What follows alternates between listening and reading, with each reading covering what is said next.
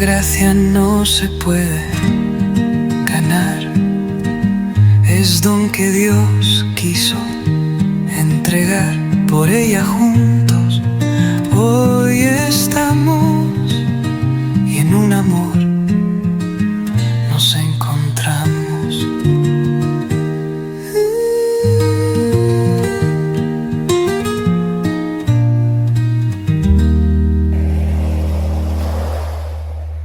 Muy bien, hermanos, vamos a continuar entonces con nuestro estudio de la primera de Juan y vamos a ver una advertencia a los jóvenes creyentes en relación a los últimos días.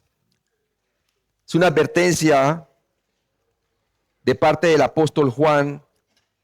¿Y qué hemos visto hasta ahora entonces, hermanos? Pues estamos viendo aquí en nuestro bosquejo la advertencia a los jóvenes creyentes. Primera de Juan 2, del 18 al 27.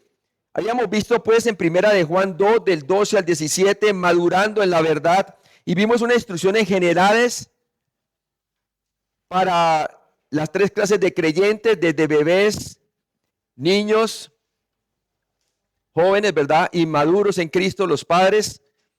Y dio unas instrucciones generales. ¿Y cómo terminó esta sección? Si vemos allí, les dice a ellos prácticamente en el versículo 16 y 17.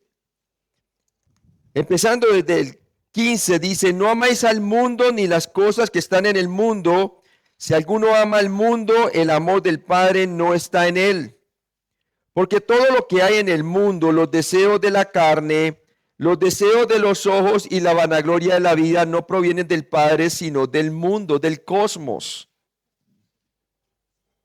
Y luego dice: y el mundo pasa y sus deseos, pero el que hace la voluntad de Dios permanece para siempre. Esa palabra permanece aparece en el Evangelio de Juan muchas veces y también aparece en la carta de la primera de Juan, segunda y tercera de Juan. En este caso está hablando de que básicamente que el que hace la voluntad de Dios permanece para siempre, porque está enfocándose en lo eterno. Y el Señor quiere que nosotros nos enfoquemos en lo eterno y no en lo temporal. Es muy fácil el creyente caer bajo las garras del maligno a través de estas tres cosas que vimos, ¿no? De lo que hay en el mundo, los deseos de la carne, número uno, los deseos de los ojos y la vanagloria de la vida que no provienen del Padre. Satanás utiliza su sistema mundial para traernos hacia la vida pasada, hacer las mismas cosas que hacíamos cuando éramos incrédulos, siendo creyentes, para que andemos en la oscuridad en lugar de andar en la luz como somos hijos de luz. Pero entonces, ahora viene la instrucción en particular a los hijitos, y esta es la parte que me va a tocar a mí. Advertencia a los jóvenes creyentes, a los hijitos, en relación a los últimos tiempos. Entonces vamos a pedirle al Señor que nos ayude a que podamos entender nosotros que es importante que nosotros sepamos que en los últimos tiempos vendrán tiempos peligrosos, ¿verdad? Y que nosotros sepamos realmente que el discipulado del creyente no es algo opcional para su crecimiento, es algo esencial, necesario. Vamos a orar entonces. Padre Celestial, gracias por todo lo que tú nos has dado, Señor. Gracias por tu palabra, Señor, y gracias porque ella es la que nos santifica. Ella es la que nos muestra la verdad, nos ayuda a mantener la comunión con Cristo. Es la manera como tú te comunicas a nosotros de arriba hacia abajo. Y por medio de la oración nosotros nos encomendamos a ti de abajo hacia arriba. Padre, ayúdanos a poner la vista en las cosas de arriba, no en las temporales, terrenales. Ayúdanos pues nosotros a, en lugar de ser distraídos por el mundo que ofrece Satanás, por los engaños de los ojos, por los engaños de la carne y la vanagloria de la vida, y más bien enfocarnos en lo que dice la palabra de Dios. para no ser nosotros conformados al sistema mundial, sino más bien ser transformados nuestra manera de pensar para hacer la buena voluntad de Dios agradable y perfecta. Padre, te pido que tú hables a través de tu palabra, glorifícate hoy, Señor, y enséñanos. En Cristo Jesús te lo pedimos. Amén. Entonces vemos allí, primera de Juan 2, del 18 al 27, y mi sección va a ir del 18 al 20. Advertencia a los jóvenes creyentes. Y vamos a leer ahí primera de Juan 2 del 18 al 20 y nos dice allí dirigiéndose a los niños. Y dice él allí, hijitos, ya es el último tiempo. Y según vosotros oísteis que el anticristo viene. Así ahora han surgido muchos anticristos. Por esto conocemos que es el último tiempo. Salieron de nosotros, pero no eran de nosotros, porque si hubiesen sido de nosotros, habrían permanecido con nosotros, pero salieron para que se manifestase que no todos son de nosotros. Pero vosotros tenéis la unción del Santo y conocéis todas las cosas. Entonces ahora se dirige a los niños en Cristo. Juan volvió a dirigirse a los hijitos que había hablado de una manera rápida anteriormente.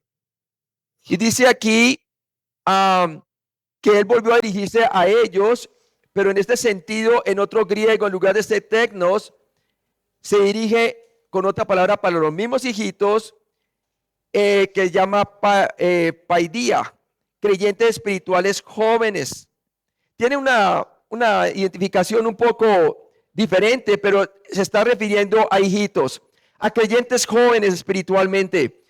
A diferencia de los padres que conocían a su Dios y caminaban estrechamente con Él, o de los jóvenes que eran fuertes en el Señor, establecidos en la verdad y victoriosos, los hijitos tenían una comprensión poco desarrollada, eran vulnerables y corrían el riesgo de ser engañados fácilmente. Y vemos claramente, como dice Hebreos 5, del 13 al 14, nos dice, y todo aquel que participa de la leche es inexperto en la palabra de justicia, porque es que niño. Pero el alimento sólido es para los que han alcanzado madurez, para los que por el uso de los sentidos ejercitados en el discernimiento del bien y del mal. O sea que el discernimiento de los sentidos en cuanto al bien y el mal viene a través de la madurez, y ahora va a motivar a estos hijitos, estos recién creyentes, a que maduren en la fe. Y aún también aquellos que llevan tiempo de haber nacido de nuevo, pero todavía son bebés en Cristo. Como les decía en un principio, el discipulado, el crecimiento espiritual no es opcional, es necesario, O si no, vas a ser víctima del sistema que hablamos anteriormente, que controla a Satanás. Juan les advirtió que vivían el último tiempo. Debido al auge de muchos falsos maestros, necesitaban pasar de la fe infantil a la madurez, estando arraigados en la verdad, caminando en obediencia y confiando en el Espíritu Santo. No es así, hermano, que muchas veces cuando las personas son llevadas a Cristo y después de poner su fe únicamente en quién es Él y su obra consumada en la cruz, su muerte por nuestros pecados y resurrección para llegar a ser salvos, el primer ataque que viene muchas veces es en las puertas. ¿Quién está tocando la puerta inmediatamente? Testigo de Jehová. Y si no es testigo de Jehová, es mormón. Y como él es inexperto en la palabra de Dios porque apenas ha nacido de nuevo, le abre la puerta a cualquiera porque piensa que viene de parte de Dios. O también vienen los adventistas del séptimo día, ¿no? Entonces es una cosa que es difícil. Es difícil, ¿verdad? Y para eso el creyente, el recién creyente es animado ¿a qué? A ser establecido en lo que ha creído. Es saber por qué ha creído lo que ha creído. Es saber cómo defender su fe y aprender a crecer en la palabra de Dios. Por eso debe ser arraigado en la verdad. Primera de Juan 2:5a dice allí, pero el que guarda su palabra, ahí está, el que la guarda, en este verdaderamente el amor de Dios se ha perfeccionado. Quiere decir, no solamente lo ha creído con su mente, sino que también lo ha vivido en su experiencia, porque se le ve en su conducta. Su confesión va en paralelo con su caminar en Cristo. Está caminando en la luz. Y eso es lo que se requiere a través del crecimiento espiritual del creyente, del nuevo creyente. Y para eso el creyente debe de congregarse y debe de dejarse enseñar por los maestros, evangelistas y pastores. ¿Por qué? Porque eso fue lo que el Señor hizo. Él mismo constituyó a unos apóstoles y a otro profeta el fundamento, y a otros evangelistas, a otros pastores y maestros. ¿A fin de qué? De perfeccionar a los santos para la obra del ministerio, para la edificación del cuerpo de Cristo, hasta que todos lleguemos a la unidad de la fe, ahí está, y del conocimiento del Hijo de Dios. Quiere decir un conocimiento más íntimo, a un varón perfecto, a la medida y la estatura de la plenitud de Cristo. ¿Para qué? Para que ya no seamos niños fluctuantes llevados por doquiera de todo viento de doctrina, por estratagema o invención de hombres que para engañar emplean con astucia las artimañas del error, sino que siguiendo la verdad en amor de la palabra de Dios, crezcamos en todo en aquel que es la cabeza, esto es en Cristo. En Cristo. Juan los guiaba enseñando lo básico, recordándoles lo que ya sabían, añadiendo nueva verdad y luego volviendo a reforzar la verdad. Juan quería que estos jóvenes creyentes estuvieran preparados, aferrándose firmemente a la verdad de la palabra de Dios. El Señor dijo a unos que habían creído en Él: si vosotros continuáis en mi palabra, seréis verdaderamente mis discípulos y conoceréis la verdad y la verdad os hará libres. Se lo está diciendo a unos recién creyentes. Verdad adicional, la cual los iba a hacer libres. En el contexto en que se estaba escribiendo allí en el Evangelio de Juan, eran unos judíos que habían creído en Él. Ya eran salvos, sin embargo tenían que conocer la verdad, porque los fariseos, los saduceos, los escribas estaban malinterpretando la ley mosaica, y fuera de eso estaban añadiendo las tradiciones de los ancianos y las predicaban como si fueran palabras de Dios. ¿Cómo ellos iban a distinguir cuál era la verdad para seguir creciendo? Por medio de la palabra de Cristo. En ese tiempo debían de seguir a Cristo en su palabra. Lo mismo hoy, hermano, tú debes de seguir a Cristo y a su palabra antes de decir amén a cualquiera que está predicando desde un púlpito, incluyendo mi persona. Usted tiene que saber el contexto y mirar bien que lo que la palabra de Dios se está enseñando de una manera correcta. Por eso dice en 1 de Pedro 2:2, desead como niños recién nacidos la leche espiritual no adulterada, para que por ella crezcáis para salvación. ¿Salvación de qué? Del poder diario del pecado, del engaño del mundo y sus deseos, para que haga la voluntad de Dios, la cual permanece para siempre. 1 de Juan 2:18a, hijitos, ya es el último tiempo. El engaño es real. Desde los primeros días de su instrucción en la palabra de Dios, Juan advirtió a los creyentes que ya existían falsos maestros entre ellos.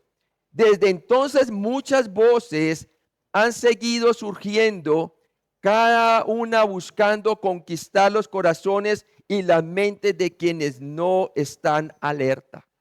En este caso de los recién creyentes. Los recién creyentes.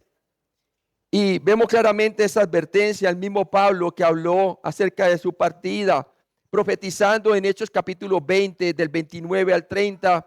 Decía: porque yo sé que después de mi partida entrarán en medio de vosotros lobos rapaces, que no perdonarán el rebaño. Y de vosotros mismos se levantarán hombres que hablen cosas perversas para arrastrar tras sí a los discípulos. Dice que hay algunos que vienen de afuera, pero dice, y de vosotros mismos se levantarán hombres que hablen cosas perversas. De entre los mismos que se congregan. Tremendo. Es fascinante ver, hermanos, que el fundador de los Testigos de Jehová, Carlos Russell, él salió de una iglesia cristiana. Creo que era del presbiteriana. Y ahí salió él con el error de que Jesucristo no era Dios, sino que era el ángel Miguel, que coge forma humana y todo eso, pero que luego nuevamente vuelve a su posición de ángel. Hermano, totalmente perverso y niega la deidad de Cristo.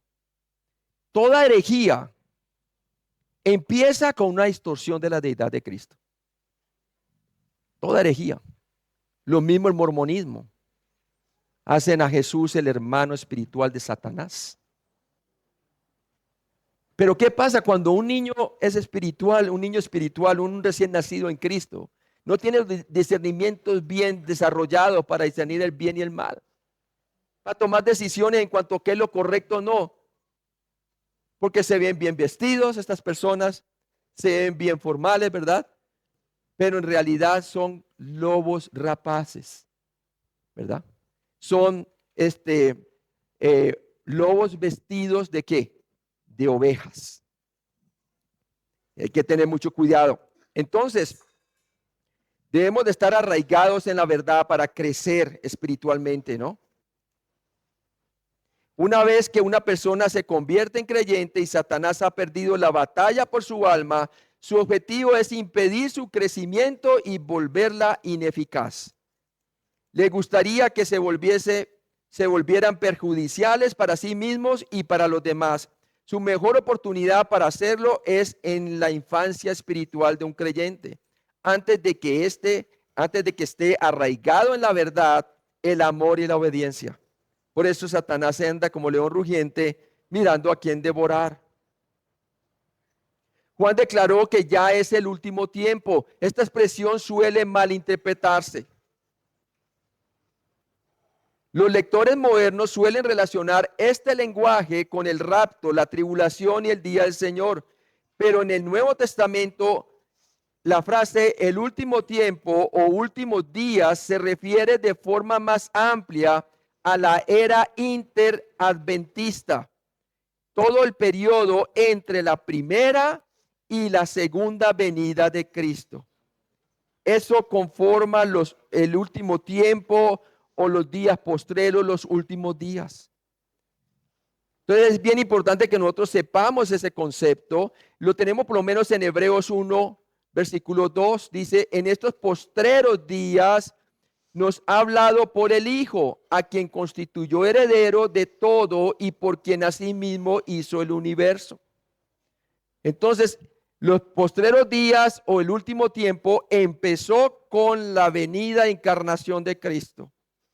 Y va a terminar entonces con la segunda venida de Cristo. Ese periodo entre esos dos advenimientos es denominado como los últimos tiempos o el último tiempo o los postreros días, ¿no?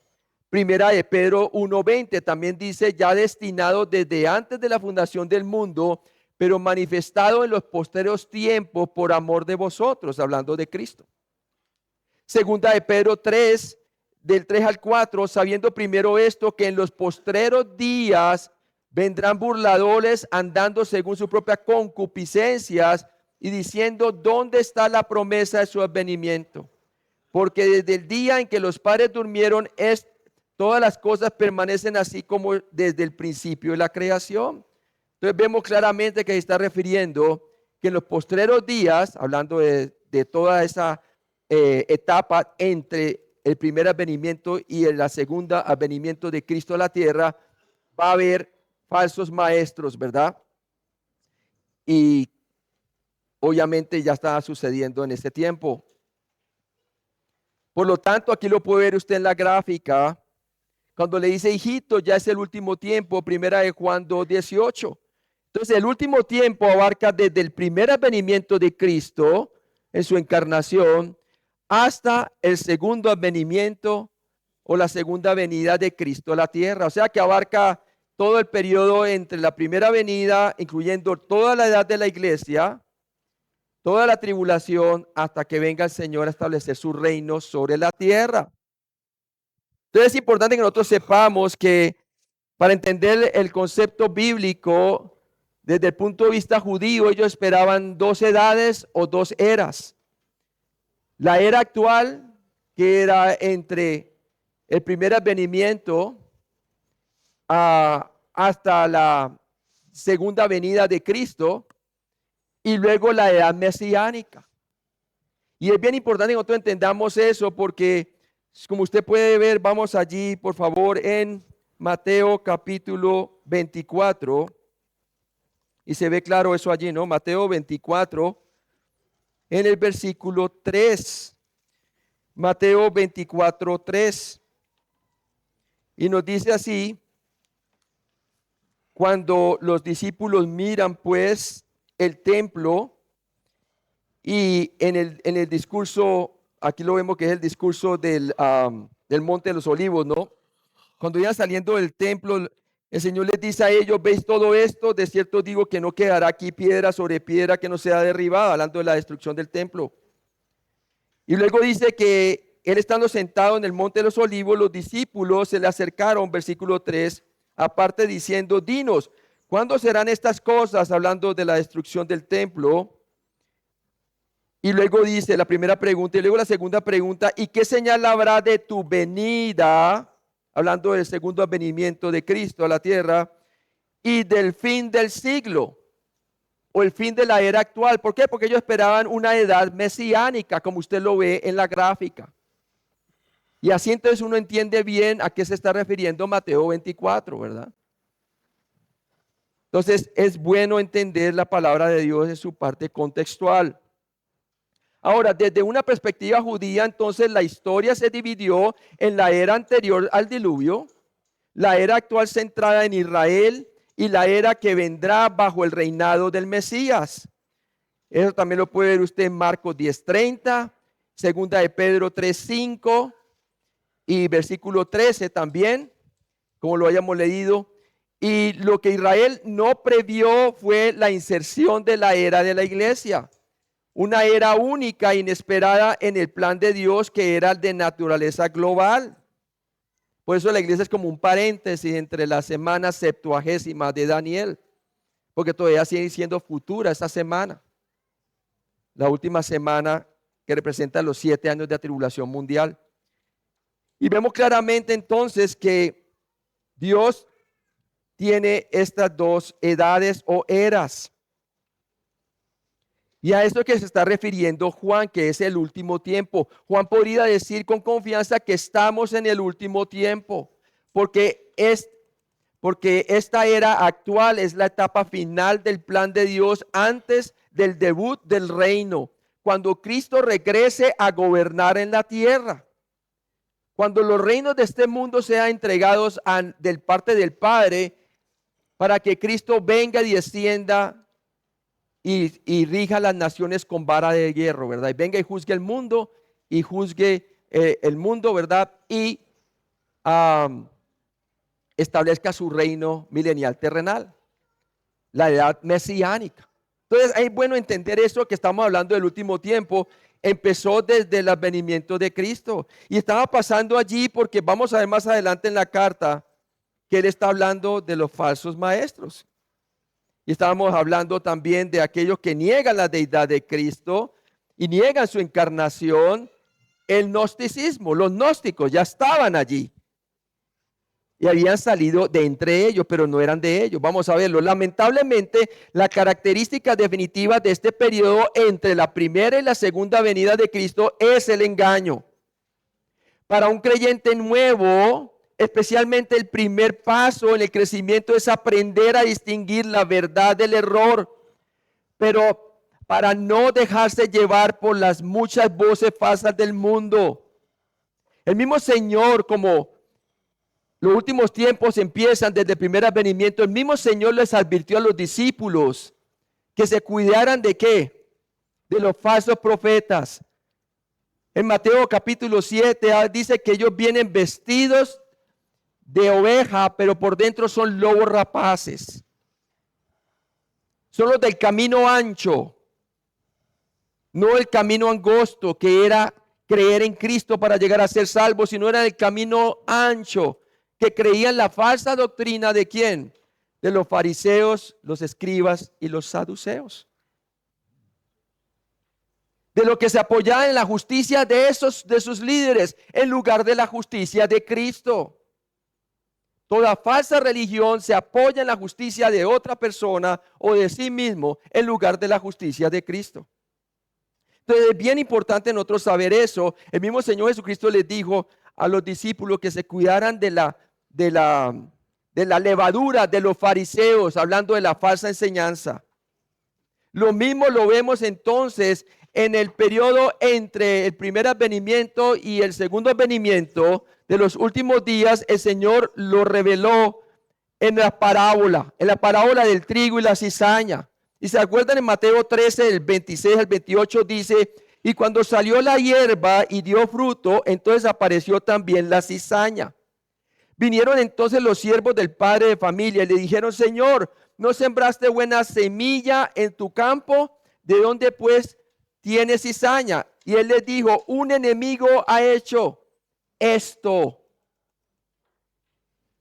Desde la encarnación de Cristo hasta la segunda venida del Mesías va a ser caracterizado porque el enemigo va a sembrar la falsa enseñanza, la cizaña. Entonces es bien interesante.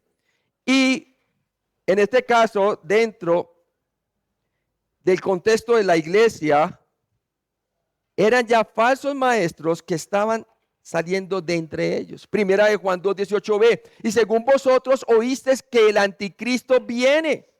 Ya es el último tiempo y según vosotros oísteis que el anticristo viene.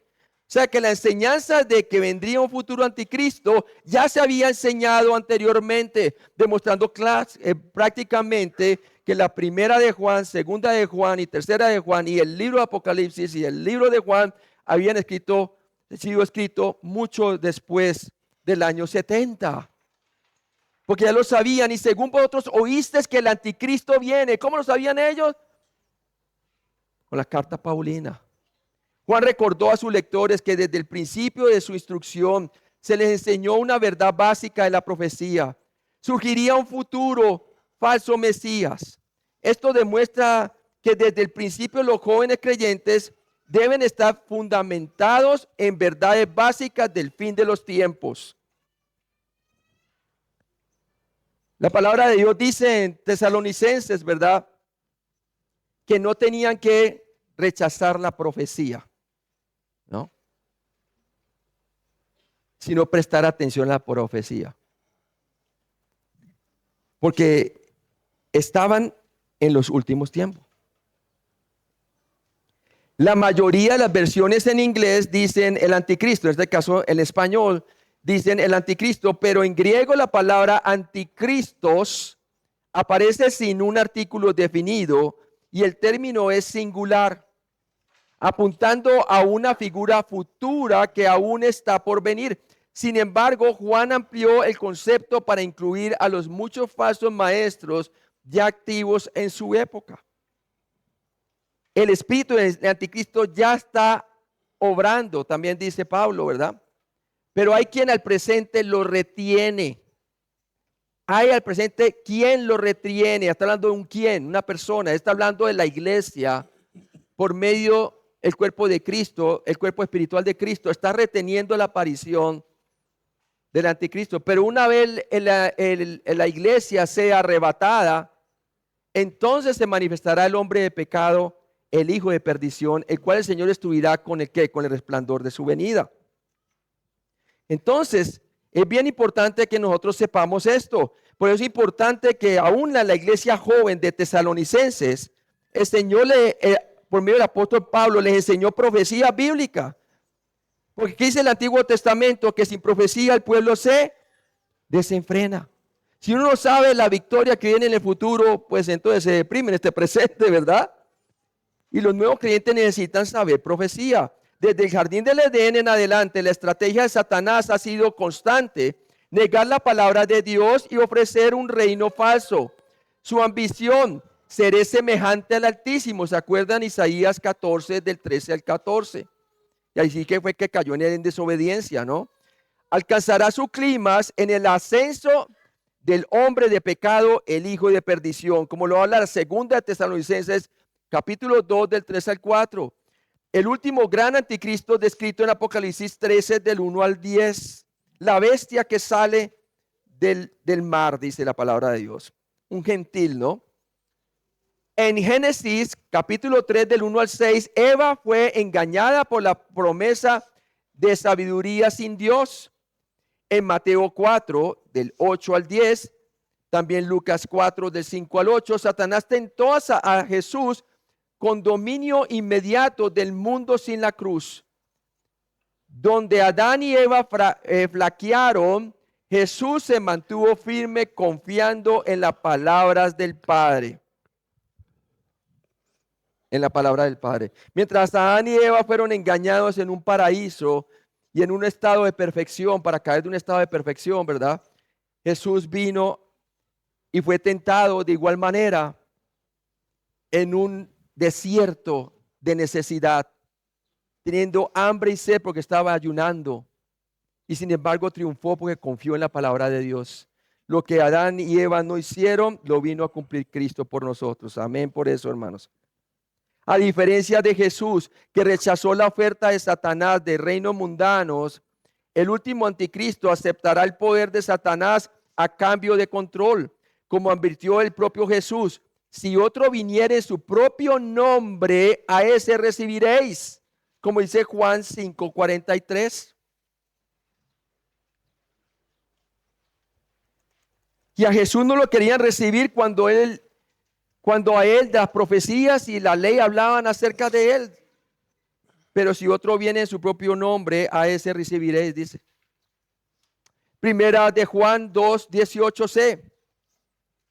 Así ahora han surgido muchos anticristos, muchos. Mientras los creyentes aún esperan la llegada del último anticristo, aquel que buscará ocupar el lugar de Cristo, Juan señaló que muchos anticristos ya habían surgido en su tiempo. Estos falsos maestros operan bajo el sistema mundial para desviar los corazones y la oración hacia alguien que no es Jesús. Y los hay por mundos en el día de hoy, ¿no? Con falsas religiones y también con un evangelio falso, con un evangelio mezclado con obras o pervirtiendo la deidad de Cristo, como en el caso del texto aquí, ¿no? Muestra muy claramente que era la versión gnóstica del espíritu anticristo que estaba surgiendo dentro de la congregación. Alrededor del año 30 después de Cristo, el propio Jesús predijo que habrían falsos profetas, como lo habíamos dicho, Mateo 7:15 y 10:16. Pablo también advirtió sobre falsos maestros que surgirían tras su partida, como lo leímos en Hechos 20 del 28 al 30. Y Pedro predijo el mismo peligro en 2 de Pedro 2 del 1 al 3, hablando de aquellos burladores que niegan tanto el diluvio global como también su segunda venida. Todas estas personas ateístas y agnósticos que niegan el diluvio global y tienen toda esta doctrina de los millones de años, de la evolución y todo eso, y que no hubo diluvio global, estaba profetizado por medio de 2 de Pedro. La doctrina del uniformismo quiere decir que todas las cosas mantienen igual, solamente se transforman, ¿verdad? Pero no fue así. El mundo anterior fue anegado por agua, dice Pedro. Y por eso, de igual manera como en los días de Noé, serán en los últimos días. Y vendrá el Señor Jesucristo, amén, a juzgar el mundo. Primera de Juan 4:1, por favor, lo lee, hermano. Amados, no creáis a todo espíritu, sino probad los espíritus si son de Dios, porque muchos falsos profetas han salido por el mundo. Muchos, no dice algunos, muchos falsos profetas. Tras la muerte de muchos apóstoles y la destrucción del templo en el año 70 después de Cristo, la iglesia experimentó un gran cambio, pasando de solo esperar falsos maestros en el futuro a verlos surgir activamente. En segunda de Pedro 2:1, el apóstol advirtió hacia el año 70 después de Cristo, como habrá entre vosotros falsos maestros. Pero Judas 4, hacia el año 80 después de Cristo, declaró, porque algunos hombres han entrado encubiertamente. Encubiertamente. Finalmente, hacia los años 90 después de Cristo, Juan declaró claramente que ya habían muchos anticristos entre ellos. Primera de Juan 2, del 18 al 23 y versículo 26. Su advertencia a los hijitos muestra cómo los nuevos creyentes necesitan urgentemente estar fundados en la verdad para resistir el engaño. Y el engaño es diabólico. ¿Cómo resistir al diablo para que huya de nosotros a través de la falsa doctrina? Con la palabra de Dios, hermano. Con la palabra de Dios. Primera de Juan 2:18d. Por esto conocemos que es el último tiempo. El surgimiento de falsos maestros confirmó lo que los apóstoles enseñaron desde el principio. La edad de la iglesia estaría marcada por el engaño. Porque toda la edad de la iglesia está dentro de los últimos tiempos. Primera de Timoteo 4, del 1 al 3, por favor. Pero el Espíritu dice claramente que en los postreros tiempos algunos apostatarán de la fe, escuchando a espíritus engañadores y a doctrinas de demonios, por la hipocresía de mentirosos que, teniendo cauterizada la conciencia, prohibirán casarse y mandarán abstenerse de alimentos que Dios creó para que con acción de gracias participasen de ellos los creyentes y los que han conocido la verdad. Entonces mire allí que son los que han conocido la verdad, los que algunos de ellos van a ser desviados. Y estaban siendo desviados desde ese tiempo. ¿Cuántos de ustedes han visto realmente personas creyentes que se han desviado de la verdad? Levante la mano. ¿Sí ven, hermano? Las manos se levantaron. Es cierto. Son algunos, no todos, hermanos, son algunos. Estamos en la etapa final de la historia antes del arrebatamiento, el día del Señor y del reino milenario de Cristo. Es entonces cuando las mentiras de Satanás comenzarán a surgir para dominar el sistema mundial. El Señor lo predijo muy claramente que serían como los días de Noé y serían como los días de Sodoma y Gomorra. Días de Noé violentos y que se daban en casamiento, ignoraban hasta que el diluvio vino. Y lo mismo durante los días de Sodoma y Gomorra, días de inmoralidad. ¿Qué es lo que usted ve en el mundo hoy? Cada día más que se intensifica a medida que el tiempo va pasando. Es la inmoralidad sexual y la violencia, hermano. Guerras por todos lados, como es uno escuchar, ¿verdad? Y eso solamente es una antesala de lo que está por venir durante la tribulación mundial. Gloria a Dios, nosotros vamos con el Señor, pero eso no quiere decir, hermano, que no seamos perseguidos. Vamos a sufrir persecución. Como el Señor lo advierte a la iglesia la de Filadelfia y también a la iglesia de Esmirna, la iglesia de los mártires. Hoy en día hay como más de 300 millones de creyentes que están siendo perseguidos por la causa de Cristo. Lo que pasa es que usted las noticias seculares no le van a anunciar eso. Hoy en día hay algunas noticias que son cristianas y gloria a Dios hay eso y podemos saber un poquito, ¿verdad? Pero hermano, hoy en día la iglesia está siendo perseguida. Pablo dijo que a través de muchas tribulaciones vamos a pasar. Tribulaciones plural, no la tribulación singular, ¿verdad? Antes de entrar a la presencia del reino. Primera de Juan 2:19. Salieron de nosotros, pero no eran de nosotros, porque si hubiesen sido de nosotros, habrían permanecido con nosotros, pero salieron para que se manifestase que no todos son de nosotros. La construcción griega de Juan enfatiza que cuando una vez estuvieron entre los apóstoles, nunca estuvieron realmente alineados con sus enseñanzas. Como lo dice la primera de Juan 1:3. Su salida reveló públicamente su rechazo a la doctrina apostólica. Por eso no eran de nosotros, dice él, en primera instancia. Si por favor me puede leer allí 1 Timoteo 4:1.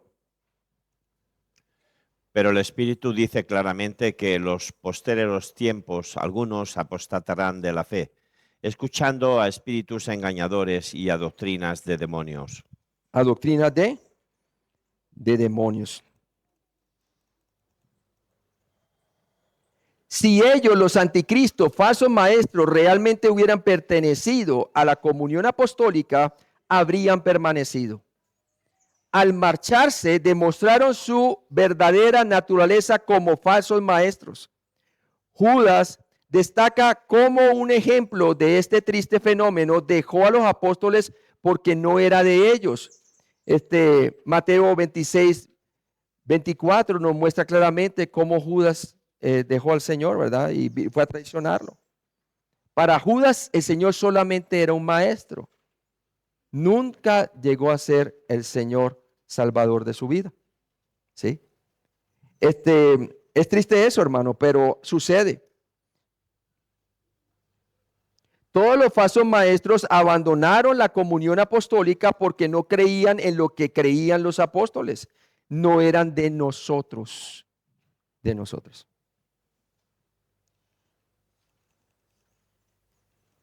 No salieron con la bendición o el respaldo de los apóstoles, sino que se rebelaron contra la verdad.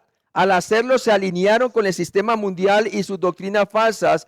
Juan amplió esto en 2 de Juan, versículos 7 al 11, por favor. Porque muchos engañadores han salido por el mundo, que no confiesan que Jesucristo ha venido en carne. Quien esto hace es el engañador y el anticristo. Mirad por vosotros mismos, para que no perdáis el fruto de vuestro trabajo, sino que recibáis galardón completo. Cualquiera que se extravía y no persevera en la doctrina de Cristo, no tiene a Dios. El que persevera en la doctrina de Cristo, ese sí tiene al Padre y al Hijo. Si alguno viene a vosotros y no trae esta doctrina, no lo recibáis en casa, ni le digáis bienvenido, porque el que le dice bienvenido participa en sus malas obras. Muy bien. Esto demuestra que la verdadera comunión no consiste solo en estar juntos físicamente, sino en estar unidos en torno a la verdad de la palabra de Dios. Muchas congregaciones hoy en día dicen que hemos de amarnos aunque tengamos diferencias doctrinales. Pero cuando hablan de diferencias doctrinales, estamos hablando de diferente creencia, hermano, totalmente. En cuanto a lo que es fundamental, quién es Cristo y su obra consumada en la cruz, su deidad. ¿Quién es Cristo, hermano? Y la fe y la salvación por la sola fe, por gracia en Cristo solamente. También comprometiendo en los estatutos de fe por las causas del crecimiento, por ver bastante gente, ¿verdad? Usted mira y cuando hablan de la profecía, de las cosas futuras, solamente dice, y Cristo regresará, no más así ya. No son específicos. ¿Por qué? Porque dicen que no hay que causar división por eso, ¿no? Pero hermano, Pablo, entonces, ¿por qué ya las citas en 2 Tesalonicenses capítulo 2? Y muestra claramente de que da un orden y le muestra a ellos que primero viene el arrebatamiento, luego los 7 años de tribulación, luego la segunda venida de Cristo y todo esto, ¿no? Entonces hay que tener mucho cuidado con eso, hermanos. La verdad es lo que nos une. ¿Qué hacían los discípulos? Perseveraban en la doctrina de los apóstoles, en el partimiento del pan y las oraciones. ¿Qué era lo primero de todo en la doctrina de los apóstoles? No es la doctrina de los reformadores, hay que tener cuidado, sino es la doctrina de los apóstoles. La unidad nunca debe buscarse a costa de la verdad. Cualquier unidad construida aparte de la palabra de Dios es falsa y en última instancia destructiva. Primera de Juan 2:20, pero vosotros tenéis la unción del Santo y conocéis todas las cosas. Pero a diferencia de los falsos maestros, los jóvenes lectores de Juan podían reconocer la verdad porque tenían una unción, el Espíritu Santo de Dios. El Espíritu Santo de Dios nos ayuda a través del ministerio de la iluminación a entender la verdad de Dios. Eso no lo tenían los falsos maestros. En el Antiguo Testamento, profetas, sacerdotes y reyes eran ungidos con aceite para separarlos al servicio de Dios. Según el Nuevo Testamento, en la salvación, Cristo urge a los creyentes con el Espíritu que habita internamente en ellos. El Espíritu nos marca como pertenecientes a Dios y nos permite discernir la verdad del error. Nos dice la palabra de Dios que hemos sido sellados con el Espíritu y la promesa. Desde el momento en que colocamos nuestra fe, escuchando el Evangelio de Cristo, su muerte por los pecados y resurrección. Dios no deja a sus hijos indefensos. Desde el momento de la salvación, los creyentes reciben una verdadera unción, el Espíritu Santo que mora internamente en ellos. Toma la palabra inspirada de Dios y prepara a los creyentes para discernir la verdad, mantenerse firmes en ellas y resistir el engaño. La frase "y conoceréis todas las cosas" no significa que los creyentes lo sepan todo automáticamente. La palabra griega pantes, todos, modifica el sujeto, significando todos lo sabéis, todos lo sabéis. O sea que era algo que ya, una verdad que había sido enseñada, pero que nuevamente es reafirmada. Así es como debe ser el discipulado, hermano. Repetitivo. Juan afirmaba que todo creyente comparte este conocimiento, no que cada creyente lo sepa todo. Y por eso les mostraba una verdad nueva para ellos que todavía no han aprendido, para que con la verdad que tenían anteriormente la compaginen y sean fortalecidos en la verdad. Además, Juan no estaba enseñando que el Espíritu Santo dé revelación nueva o adicional, como algunos sostienen. Más bien, el papel del Espíritu es iluminar y aplicar la verdad que Dios ya ha revelado a través de los apóstoles, profetas y las Escrituras. La revelación está completa aquí. Ya no hay revelación nueva. Ahora lo que tenemos es la iluminación de las Escrituras. Que el Espíritu Santo nos ayuda a acomodar lo espiritual con lo espiritual, para que podamos entender y ser edificados con su palabra. El punto de Juan era que incluso los jóvenes creyentes poseen una unción genuina de Dios, lo que les hace capaces de entender y aplicar la palabra de Dios, para que anden en la luz como Dios es luz. Debido a que los apóstoles y profetas registraron fielmente la palabra de Dios por inspiración del Espíritu, los creyentes no necesitan maestros especiales con conocimiento secreto. Ya tenemos la verdad preservada para nosotros en las Escrituras y el Espíritu mismo sigue enseñándonos. Bien importante eso, hermano, porque la Escritura no es de interpretación privada, sino que fue dada por Dios y los hombres fueron movidos por el Espíritu Santo y ya la tenemos escrita aquí. Entonces, vemos claramente que no se requiere un conocimiento secreto, como muchas iglesias hoy han sido influenciadas con el gnosticismo, en donde hay cierta élite que tiene un conocimiento. Aquellos que se hacen llamar apóstoles, con A mayúscula, ¿verdad? Aquellos que dicen llamarse profetas y que tienen un conocimiento que tú no lo tienes. Eso es gnosticismo metido en la iglesia local. Primera de Corintios 2, del 10 al 13, por favor. Pero Dios nos las reveló a nosotros por el Espíritu, porque el Espíritu todo lo escudriña, aun lo profundo de Dios.